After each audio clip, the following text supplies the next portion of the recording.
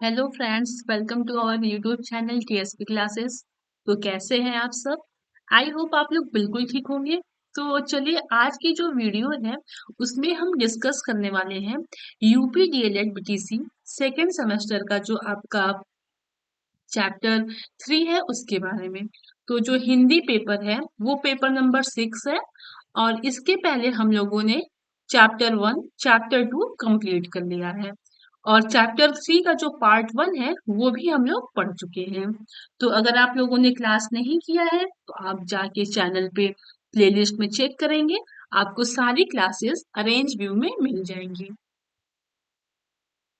तो हम लोग चैप्टर 3 पढ़ रहे थे।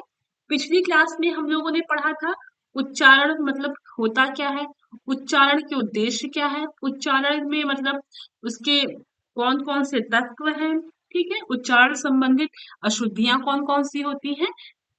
तो ये सब टॉपिक जो है हम लोगों ने चैप्टर 3 के पार्ट 1 में पढ़ा था। आज जो है हम चैप्टर 3 का पार्ट 2 पढ़ने वाले हैं। तो चलिए स्टार्ट करते हैं। जो पहला टॉपिक है वो है कक्षा शिक्षण के समय उच्चारण स्थान। ठीक है, देखते हैं ध्यान से। उच्चारण शिक्षण का सही समय प्राथमिक स्तर है, यानी जैसे कि उच्चारण शिक्षण का सही समय, इससे क्या समझ में आता है, ये देखिए। कहने का मतलब है कि बच्चों को जैसे कि उच्चारण शिक्षण अगर देना है, मतलब कि ये नहीं कि बच्चा अगर बड़ी क्लास में जाए तब हम उसके उच्चारण पर ध्यान दें, ऐसा नहीं करना है। जो आपको उच्चारण से संबंधित जो भी शिक्षा है या जो भी चीजें हैं उनको, उनका सही समय जो है वो क्या है, प्राथमिक स्तर है, यानी प्राइमरी स्टेज है आपका। बच्चों के उच्चारण सुधार का काम प्रारंभिक स्तर से ही शुरू हो जाता है।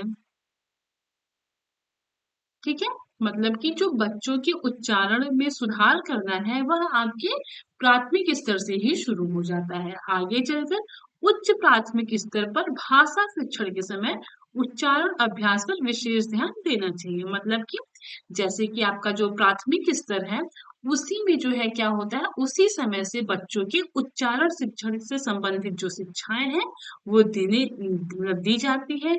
और उनका जो है, जब वो धीरे-धीरे बड़ी क्लास में जाते हैं, तो क्या होता है कि उच्चारण स्थान का या उच्चारण शिक्षण का जो है अभ्यास पर उनके विशेष ध्यान देना चाहिए। ठीक है? गद्य और पद्य शिक्षण के समय उच्चारण अभ्यास। देखिए, गद्य और पद्य शिक्षण के समय उच्चारण अभ्यास।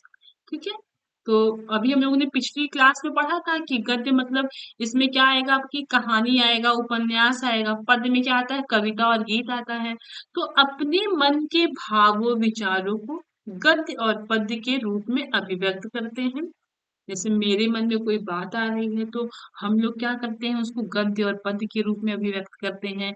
जैसे कुछ लेखक होते हैं तो वो शायरी या फिर कुछ पंक्तियों के द्वारा अपने भावों और विचारों को व्यक्त करते हैं।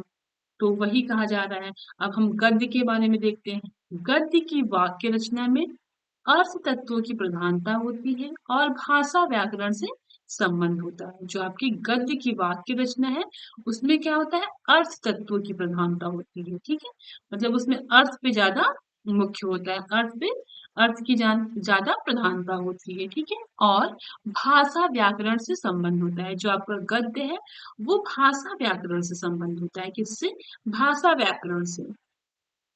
और जो पद्य है उसको देखते हैं। पद्य में अनुभूति की प्रधानता होती है। पद्य का संबंध संवेदना, भाव, रागात्मकता और कल्पना से है। जो आपका पद्य है यानी कविता है उसमें क्या होता है, अनुभूति की प्रधानता होती है। ठीक, और जो पद्य का संबंध है उसमें क्या होता है, भाव होते हैं, राग होते हैं, कल्पना होते हैं। हाँ, पद में क्या होता है कि कवि क्या करता है कि अपने भाव को, उसको राग और क्या करता है, राग के द्वारा कविताओं कही जाती है। और कभी उसमें बहुत काल्पनिक चीजें भी ऐड करता है ना। तो वही कहा जा रहा है। और आगे देखिए, बच्चों को शुद्ध उच्चारण के लिए सस्वर पठन, आरोह अवरोह तथा प्रवाह पर ध्यान देना चाहिए। जैसे अगर बच्चों का शुद्ध उच्चारण कराना है तो सस्वर पाठन कराना चाहिए। मतलब सस्वर वाचन क्या पठन क्या होता है कि जैसे मुंह से बोल के वो भी तेज तेज पढ़ना, जैसे कि ये लिखा हुआ है, इसको तेज तेज पढ़ना, ही क्या कहलाता है, सस्वर कहलाता है। ठीक। आरोह अवरोह मतलब किस शब्द को थोड़ा धीमे से तेज पढ़ना है, तेज तेज से धीमे पढ़ना है, और किस प्रवाह में पढ़ना है, मतलब कहाँ पे स्लो पढ़ना है, कहाँ तेज पढ़ना है, इन सब पे क्या करना चाहिए, ध्यान देना चाहिए। ठीक है, अगर बच्चों का शुद्ध उच्चारण करवाना है तो। अब आगे देखते हैं कविता शिक्षण के संबंध में। देखते हैं कविता शिक्षण में कविता के बारे में पहले बच्चों को बता दिया जाए और बच्चों को फिर कविता के एक एक पंक्तियों का अर्थ अच्छे से बताया जाए। जैसे आप बच्चों को कविता पढ़ा रहे हैं तो पहले क्या करें कि कविता के बारे में आप पहले बच्चों को बता दीजिए कि ये कविता जो है तोता से या मैना से संबंधित है। ठीक, उसके बाद क्या करें आप बच्चों को फिर कविता एक एक पंक्ति को पढ़ने से, आपने कविता पढ़ाया फिर एक पंक्ति का अर्थ बताइए, फिर सेकंड पंक्ति का अर्थ बताइए। इस तरीके से जो है बच्चों को आपको कविता पढ़ानी है। कविताओं में देश प्रेम, श्रम की महत्वता, त्याग, बलिदान, मानवीय मूल्यों एवं नैतिक आदर्शों की कविताएं होती हैं। जैसे कविताएं हैं तो उसमें कौन कौन सी कविताएं हो सकती है, जैसे कि देश प्रेम से संबंधित हो सकती है, श्रम से संबंधित हो सकती है, महत्वता से, त्याग से, बलिदान से, मानवीय मूल्यों से, ठीक, और नैतिक आदर्शों की भी कविताएं होती हैं। जैसे कि तुलसीदास की हो गई, मीराबाई की हो गई, सूरदास के पद हो गए। इन सब को क्या करना चाहिए कि बच्चों को छोटी कक्षाओं में ही समझ में आने लगती है। और आप लोग को याद होगा कि आप लोग अपनी क्लास में कब ये जो आपके सूरदास है, मीराबाई है, तुलसीदास जी हैं, इनके द्वारा कुछ पद भी, इनका चैप्टर भी होता था, है ना, कबीर के दोहे। तो ये सब क्या होता है कि बचपन से ही यानी छोटी कक्षाओं में ही जो है बच्चों की बुक में भी दिया जाता है, ताकि बच्चे उसको अच्छे से मतलब पढ़ें, है ना। उससे क्या होता है कि उच्चारण की शुद्धता इन सब से भी आती है। अब देखते हैं उद्देश्य क्या है इसका। फर्स्ट देखिए, गति और प्रवाह के साथ वाचन की योग्यताएं, मतलब क्या होता है कि गति भी होती है और प्रवाह के साथ क्या होता है, वाचन की योग्यताएं, मतलब बोलने की भी योग्यताएं। ये ये उद्देश्य है। सेकंड है कविता के प्रति रुचि का विकास करना, मतलब कविता के प्रति क्या होता है, रुचि का विकास करना, मतलब बच्चों का इंटरेस्ट ले आना। कविता के थ्रू क्या होता है कि कविता के लिए बच्चे बहुत इंटरेस्टेड होते हैं, तो वही कहा जा रहा है कि कविता के प्रति रुचि का विकास करना। ठीक। थर्ड, शब्दों का स्पष्ट एवं मानक उच्चारण, क्या करना है कि शब्दों का इसके द्वारा क्या होता है कि स्पष्ट और स्टैंडर्ड उच्चारण होता है। ठीक है। फोर्थ, छोटी कक्षाओं में गीतों को बच्चों को याद कराना, क्या होता है कि छोटी क्लास में बच्चों को गीत याद कराना। एक बार फिर से देख लीजिए जो है आपके कविता के क्या क्या उद्देश्य है। सबसे पहले कविता के उद्देश्य देखते हैं। फर्स्ट जो है कविता का जो फर्स्ट उद्देश्य है वो है गति और प्रवाह के साथ वाचन की योग्यता है, मतलब बच्चों में जो है कविता के थ्रू क्या करते हैं कि गति और प्रवाह के साथ बोलने की योग्यताएं जो है विकसित करते हैं। सेकंड है आपका कविता के प्रति रुचि का विकास करना, मतलब कविता के थ्रू आप क्या करते हैं बच्चों को पढ़ाई में इंटरेस्ट ला सकते हैं। ठीक। थर्ड पॉइंट, शब्दों का स्पष्ट एवं मानक उच्चारण, कविता के द्वारा आप क्या करते हैं बच्चों में स्पष्ट और मानक उच्चारण ला सकते हैं, मतलब बच्चों का क्या करते हैं उच्चारण करने में स्पष्टता ला सकते हैं। फोर्थ पॉइंट देखिए, छोटी कक्षाओं में गीतों को बच्चों को याद कराना। जैसे कविता के द्वारा क्या होता है, जैसे कि कोई चीज होता है बच्चे पोएम्स वगैरह जल्दी लर्न कर लेते हैं बिना, जैसे कि अगर स्टोरी बताया जाए बच्चों को, स्टोरी या फिर पोयम बताया जाए तो बच्चे क्या करते हैं पोयम जल्दी याद कर लेते हैं। वही कहा जा रहा है कि छोटी कक्षाओं में गीतों को बच्चों को याद कराना। ये सब क्या है आपके कविता के उद्देश्य हैं। ठीक है। अब देखते हैं कविता शिक्षण के समय ध्यान देने योग्य बातें।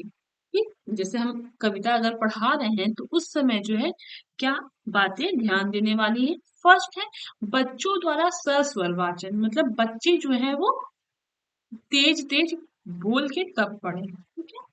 सेकंड, समान भावों की कविता बच्चों से बुलवाना, मतलब कि बच्चों को क्या करना कि जो कविता है उनको बच्चों से बोलिए कि हाँ बच्चे, बच्चों अब आप इस कविता को अपने मतलब भाव में पढ़िए। मतलब कहने का मतलब है कि आप एक बार बच्चों को कविता सुना लीजिए, फिर दोबारा बच्चों से वो कविता को बुलवाइए। थर्ड पॉइंट है आपका, कविता की एक पंक्ति देकर उसे पूरी कराएं। मतलब जैसे कोई कविता है, मान लीजिए मछली जल की रानी है, आपने एक लाइन दिया, फिर बोलिए बच्चों से कि इसको आप पूरा करें। तो ये जो है कविता शिक्षण के समय ध्यान देने वाली बातें हैं। अब हम ये देखते हैं कि कविता की विधि कौन कौन सी है। पहला है गीत प्रणाली, मतलब पहला गीत प्रणाली, ठीक, इसमें क्या होता है देखते हैं। छोटी कक्षाओं में बाल गीतों का चयन किया जाता है। अध्यापक सुर और ताल के साथ गीतों को गाते हैं, बच्चा उन्हें दोहराता है। जो आपकी कविता की विधि है वो सबसे पहला है गीत। इसमें क्या होता है गीत प्रणाली में, ये छोटी क्लास के लिए होता है। इसमें जो है आपके टीचर जो होते हैं वो बाल गीत यानी जो बच्चों के लिए जो गीत हैं उसको चुनते हैं, और सुर और ताल के साथ, है ना, जैसे मछली जल की रानी है, तो सुर और ताल के साथ क्या करते हैं, उस गीत को गाते हैं और बच्चे उन्हें दोहराते हैं। ये था आपका गीत प्रणाली। अब सेकेंड देखते हैं, अभिनय या नाट्य प्रणाली, ठीक है। ध्यान दीजिए, इसमें प्रारंभिक कक्षाओं में बच्चों को गीतों पर अभिनय या नाटक करके पढ़ाया जाता था। इससे बच्चे सामूहिक अभिनय भी सीख जाते थे। जैसे कि इसमें क्या होता है अभिनय या नाट्य प्रणाली, जैसे कोई पोयम है उसमें क्या करते थे कि दो तीन बच्चों को उसमें मान लीजिए जैसे मछली नहीं ले सकते हैं, कोई और पोयम है, अ, कोई भी पोयम ले सकते हैं, इसमें से दो तीन लोग हैं, ठीक है। जैसे मान लीजिए जॉनी जॉनी यस पापा है, उसमें एक बच्चा जॉनी बन जाता है, उसमें दूसरा बच्चा उसका पापा बन जाता है। इससे क्या होता है कि जॉनी की लाइन जॉनी बोलेंगे, पापा की लाइन पापा बोलेंगे। जॉनी जॉनी यस पापा, मान लीजिए ये बोल रहे हैं जॉनी जॉनी, फिर आपका जॉनी बोल रहा है यस पापा, तो इस मतलब कि ये क्या है, ये प्रणाली कौन सी है, अभिनय या नाट्य प्रणाली है।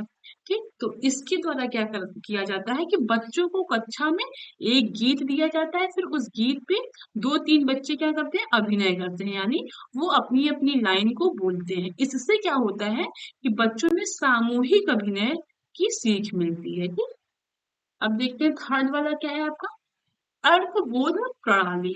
इसमें क्या होता है, इसमें अध्यापक कविता की पंक्तियों को पढ़ते हुए उनका अर्थ बच्चों को बताते हैं। यह प्रणाली कविता शिक्षण के लिए दोषपूर्ण है। इसमें क्या है, अर्थबोध प्रणाली में अध्यापक की ही भूमिका है। इसमें अध्यापक ही कविता को पढ़ेगा और अध्यापक ही कविता की कहानियों को क्या करेगा, उसके अर्थ को बताएगा। इसलिए इस कविता मतलब इस शिक्षण को दोषपूर्ण बताया गया है। इसमें बच्चे तो बिल्कुल निष्क्रिय हो जाएंगे, सिर्फ टीचर ही बोलेंगे, बच्चे का कोई रोल ही नहीं है। तो यह जो है इसमें दोषपूर्ण बनाया है।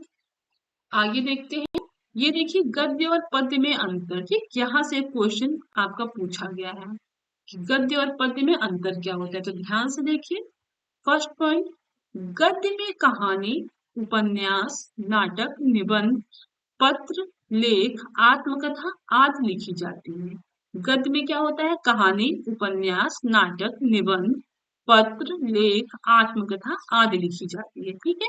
और आपका पद्य में जो है वो क्या होता है, कविता होता है, गीत होता है, गाना, भजन, मुक्त लिखे जाते हैं। ये आपका पद्य हो गया। फिर आगे देखते हैं गद्य में, गद्य को लय रूप में नहीं लिखा जाता है। आपका जो गद्य है उसको लय रूप में नहीं लिखा जा सकता है। सेकेंड, पद्य को लय रूप में लिखते हैं, ठीक है। थर्ड, गद्य शिक्षण में अभ्यास के लिए भाषा कार्य आवश्यक है। क्या है, गद्य शिक्षण में जो है अभ्यास के लिए भाषा कार्य आवश्यक है। अब पद्य में देखते हैं, पद्य शिक्षण में अभ्यास के लिए भाषा कार्य आवश्यक नहीं है। इसमें गद्य में मैंने आपको बताया था व्याकरण का भी यूज होता है। अब देखिए गद्य में जैसे क्या क्या आ सकता है, जैसे मुंशी प्रेमचंद्र की पुस्तक गोदान, ठीक, जो मुंशी प्रेमचंद की पुस्तक है गोदान, ठीक। और जैसे कालिदास की मेघदूत, मतलब इसमें आपका पद्य में आएगा आपका कविता आएगा, गीत आएगा, गाना आएगा, भजन आएगा, ठीक। और गद्य में कहानी, उपन्यास, नाटक, निबंध, पत्र, लेख, आत्मकथा। गद्य को लय रूप में नहीं लिखा जाता है और पद्य को क्या करते हैं, लय रूप में लिख सकते हैं, ठीक है। आपका जो पद्य है उसको हम लय रूप में लिख सकते हैं। तो ये जो था आपका चैप्टर 3 था। चैप्टर 3 जो है बस यहीं पे एंड होता है। चैप्टर 3 का 2 क्लासेस लगा है। पार्ट 1 हम पिछली क्लास पे किए थे, ये पार्ट 2 है। क्लास का नोट्स बनाइए, अच्छे से रिवीजन करिए और मन लगा के पढ़ाई करिए। अगर आप चैनल पे नए हो तो लाइक करिएगा, शेयर करिएगा और सब्सक्राइब करिएगा। और एक सबसे मुख्य बात जो कि ये है कि आपका एग्जाम दिसंबर में होगा, तो कोशिश करिए कि नवंबर तक आप सारा रिवीजन कर लें, ताकि दिसंबर से जब मैं आपको पेपर सॉल्व कराऊं तो आपका सारा चीज क्लियर रहे और आपका अच्छे से रिवीजन हो जाए। तो चलिए फिर मन लगा के पढ़ाई करते रहिए। Okay, thank you.